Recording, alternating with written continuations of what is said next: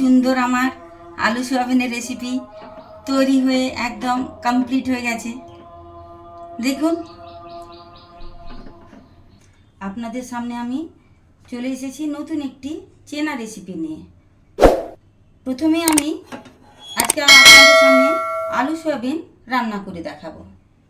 তো প্রথমে আমি গরম জল দিয়ে আমি সোয়াবিনটাকে একটু ভিজিয়ে নেব।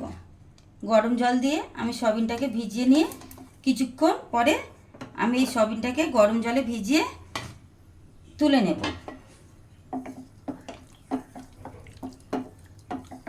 কিছুক্ষণ ভিজে যাওয়ার পরে বন্ধুরা, আমি এই সোয়াবিনটাকে প্রথমে আমি একটি কড়াই নিয়ে নিলাম, করতে দিলাম। গরম হয়ে যাওয়ার পরে আমি একটি কড়াইয়ে পরিমাণ মতো তেল দিলাম।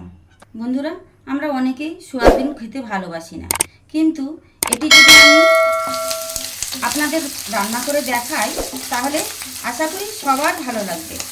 দেখবেন মাছ, মাংস, ডিম কারোরই কাছে কিছু এই সোয়াবিন আটকাতে পারবে না। আমি এটিকে আলু সোয়াবিন রান্না করে আজকে আপনাদের দেখাবো। প্রথমে আমি কড়াইয়ে তেল নিয়ে নিয়েছিলাম। তেল গরম হয়ে যাওয়ার পরে আমি সোয়াবিন আর একটু লাল করে ভেজে নেব। লাল করে ভেজে নেওয়ার পরে আজকে আমার হঠাৎ করে মনে হলো বন্ধুরা, যে আমার ছেলে স্কুল থেকে এসে বায়না করলো, মা রাত্রিবেলা আমাকে একটু সোয়াবিন রান্না করে দিও না, আমি খাবো। ওর ভীষণ প্রিয়, ও ভীষণ খেতে ভালোবাসে। আমার ছেলের কাছে এই রেসিপিটা ভীষণ মজার। ওকে যদি বলি আজকে আলু সোয়াবিন রান্না করব, তাহলে ও ভীষণ মজা পায়। বলে মা, ছেলের কথা বলছো? হ্যাঁ, কর্তার কথা তো বলছো না? না, তুমিও ভালোবাসো, কিন্তু প্রথমে তো ছেলের কথা বলবো বাবা। আগে তো ছেলে, তারপরে তুমি। তারপর দেখুন বন্ধুরা, কি সুন্দর আমি একটু লাল লাল কালার করে নিয়েছি, একটু বাদামি লালচে কালার হয়ে গেছে। এরপরে আমি এটাকে তুলে নেব। ভাজা হয়ে গেলে আমি এটাকে তুলে নিচ্ছি। তারপর কড়াইতে আবার একটু স্বাদ মতো তেল দিয়ে দিলাম। তেলটি গরম হয়ে গেলে আমি আবার এই তেলে, গরম তেলে একটু পেঁয়াজ লাল লাল করে ভেজে নেব। তারপর আমি দিয়ে দেব গরম মশলা একটু গোটা, একটু কয়েকটা দারচিনি আর কয়েকটা লবঙ্গ, এই দিয়ে আমি লাল করে পেঁয়াজটাকে ভেজে নেব।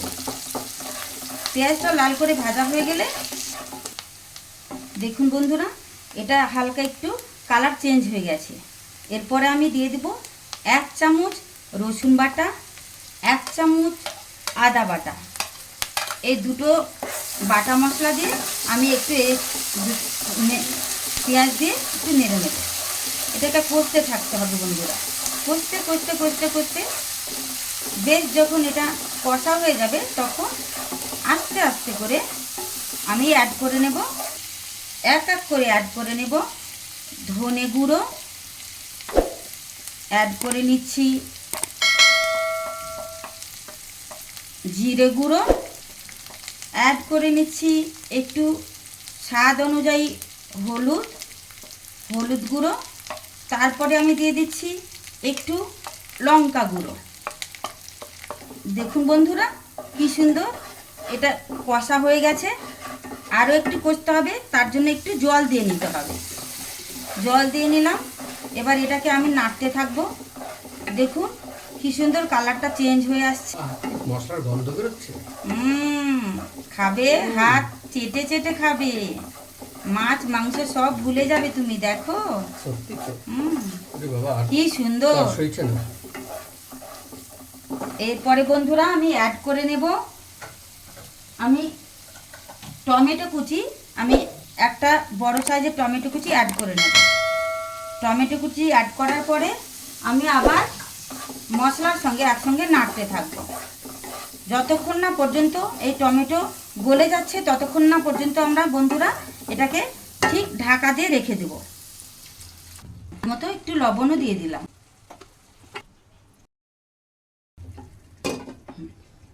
বন্ধুরা দেখুন কি সুন্দর এটার থেকে তেল ছেড়ে গেছে। দেখুন তেল ছেড়ে গেছে এবং টমেটোগুলো কি সুন্দর সেদ্ধ হয়ে গেছে। গলে গেছে দেখুন, এবং কালারটা কি সুন্দর এসেছে দেখুন। পুরো মাংসের মশলা, মাংস যেভাবে আমরা রান্না করি সেম প্রসেসে আমি আলু সয়াবিন আপনাদের রান্না করে দেখাচ্ছি। আমি রান্না করার আগে আলুটাকে অল্প একটু জল দিয়ে আমি 50% সেদ্ধ করে নিয়েছিলাম। এখন আমি ওই সেদ্ধ করা আলু আপনাদের এই কড়াইয়ে দিয়ে দেব।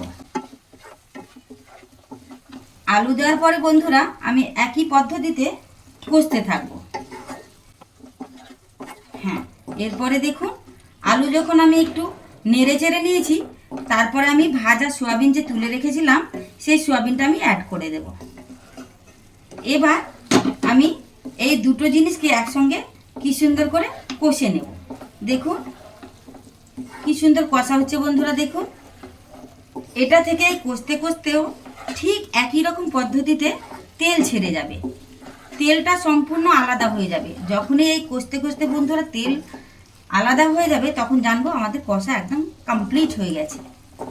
তখন আমি আবারও আপনাদেরকে দেখাবো যে এরপরে আমরা কি করব। দেখুন একটু জল দিয়ে আমি এটাকে একটু ঢাকা দিয়ে রেখে দেব, একটু জল দিয়ে ঢাকা দিয়ে রেখে দেব।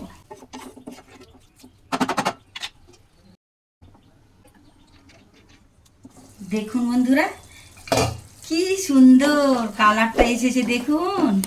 ওয়াও, ফ্যান্টাস্টিক একটা কালার তৈরি হয়ে গেছে দেখুন, এবং তেলও ছেড়ে গেছে। আলু সয়াবিন থেকে কি সুন্দর তেল ছেড়ে গেছে। এখানে আমি বুঝতে পারলাম যে আমার কষা একদম কমপ্লিট হয়ে গেছে। এরপরে আমি একটু জল দিয়ে দেব। জল দিয়ে আমি আবারও বন্ধুরা কিছুক্ষণের জন্য ঢেকে দেব। এই যে আমি একটু জল দিয়ে দিলাম। রেসিপিটা আমার মতে এইভাবে ট্রাই করবেন, দেখবেন এটা ভাত, রুটি, পরোটা সবার সঙ্গে ভালো লাগবে। দুর্দান্ত স্বাদের রেসিপি একটা, আপনারা এইভাবে করে দেখবেন, দারুণ লাগবে। এরপরে আমি একটু এটাকে কিছুক্ষণের জন্য ঢাকা দিয়ে দিলাম। ওয়াও, দেখুন বন্ধুরা কি সুন্দর আমার আলু সয়াবিনের রেসিপি একেবারে কমপ্লিট হয়ে গেছে। সুগন্ধে তো মন মাতোয়ারা হয়ে যাচ্ছে গো। হ্যাঁ দেখো তাহলে, এত সুগন্ধই যদি হয়। এখনো তো আমি গরম মশলাই দিইনি। এবার আমি একটু গরম মশলা দেবো বন্ধুরা। গরম মশলা দিয়ে আমি এটাকে নামিয়ে নেব। তারপরে আমি দিয়ে দিলাম 4টে কাঁচা লঙ্কা, আর দিয়ে দিলাম ধনেপাতা কুচি। আমার এই রেসিপিটা কমপ্লিট হয়ে গেল বন্ধুরা। এবার আমি এই রেসিপিটাকে একটু দাও, একটু টেস্ট করে দেখি। হ্যাঁ হ্যাঁ কেমন বানিয়েছো। টেস্ট তো করবেই গো, টেস্ট করতে হবে। সম্পূর্ণভাবে গ্যাসটাকে বন্ধ করে দিলাম। বন্ধ করে দেওয়ার পরে দেখুন বন্ধুরা কি সুন্দর হয়েছে। দেখুন এটাকে আমি কি সুন্দর আমার আলু সয়াবিনের রেসিপি তৈরি হয়ে একদম কমপ্লিট হয়ে গেছে। দেখুন বাহ, অসাধারণ অসাধারণ। দাও দাও দাও একটা প্লেটে। আপনারা খেয়ে দেখি আগে বন্ধুরা, কেমন আপনারাও বাড়িতে এরকম ভাবে ট্রাই করতে থাকবেন। একবার হলেও ট্রাই করবেন বন্ধুরা, দেখবেন নিশ্চয়ই এইভাবে বানালে আলু সয়াবিন কেউ খেতে চাইবে না, এরকম হতেই পারে না। তাহলে বন্ধুরা ভিডিওটি ভালো লেগে থাকলে অবশ্যই ভিডিওটি লাইক করে দেবেন এবং চ্যানেলটিকে সাবস্ক্রাইব করে বেল আইকনটি টিপে দেবেন এবং বেশি বেশি করে শেয়ার করে দেবেন বন্ধুরা।